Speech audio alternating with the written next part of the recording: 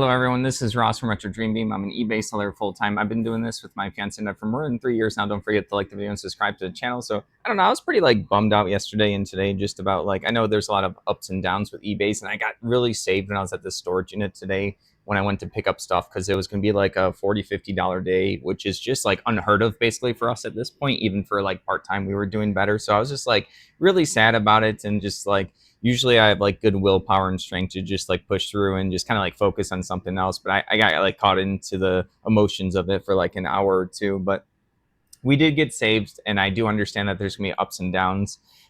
We'll see how the next few days, but so far August this month has been pretty terrible, which is a complete difference to last month, which was our only month this year that was better than last year. So to go from a high month, finally we're slightly doing better this year, to almost it's the second worst. There's still 3 days, so it's hard to compare.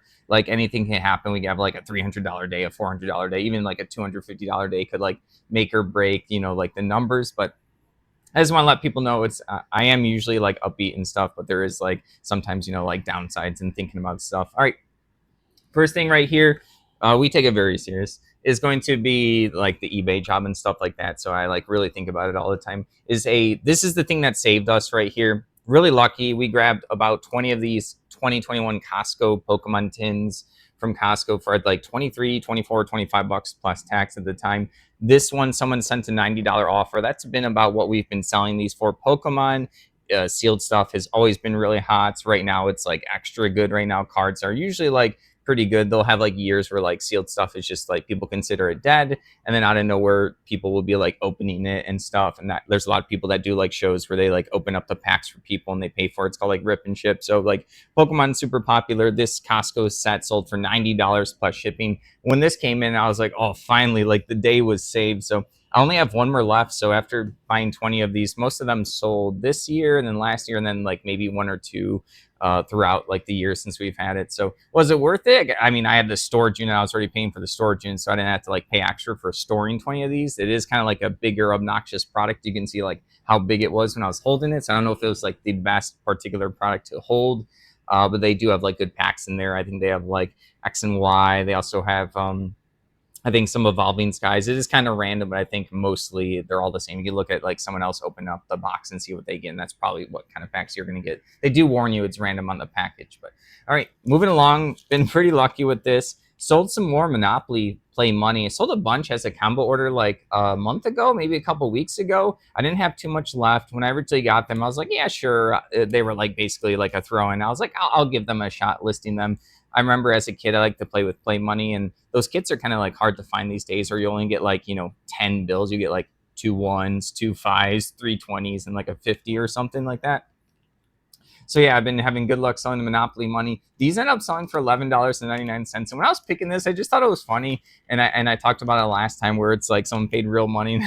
I'm shipping out fake Play Money, but I'm glad someone's gonna appreciate it. This is from a Monopoly that I parted out recently. I do pretty well with that stuff. It's not normally this fast selling, if that makes sense. So I got lucky with that one. Moving along, we have this right here, Yellow Ultra Pro dual deck box right here. This one has a little Velcro thing that pulls up, and then you have two deck slots in there. You can technically put a commander deck, which is for Magic the Gathering, which will have 100 cards, but I think each slot is about 60 cards, maybe 80 if it's a really tight fit. So it's 160 cards. So this is, it says from 2012.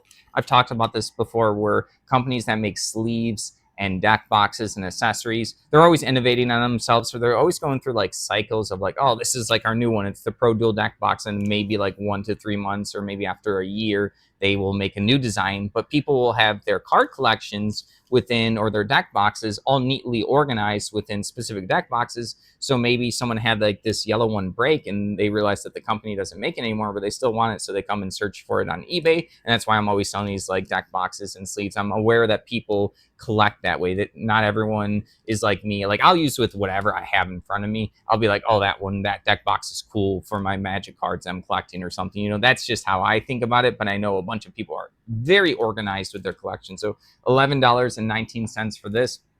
which is pretty good. Those deck boxes I usually get as like part of, a lot or a collection where like the thing that I'm purchasing is the thing inside, but I still sell the deck boxes if they're in good shape.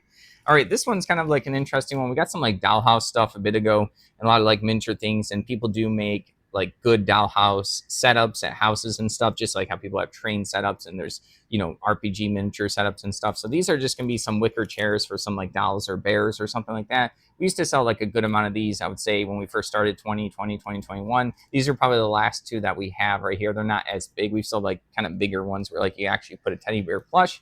I remember we sold one to someone like in 2021, and then they sent us a picture of the wicker basket like chair that we sold them with their teddy bear outside, and they were super happy. It was really wholesome.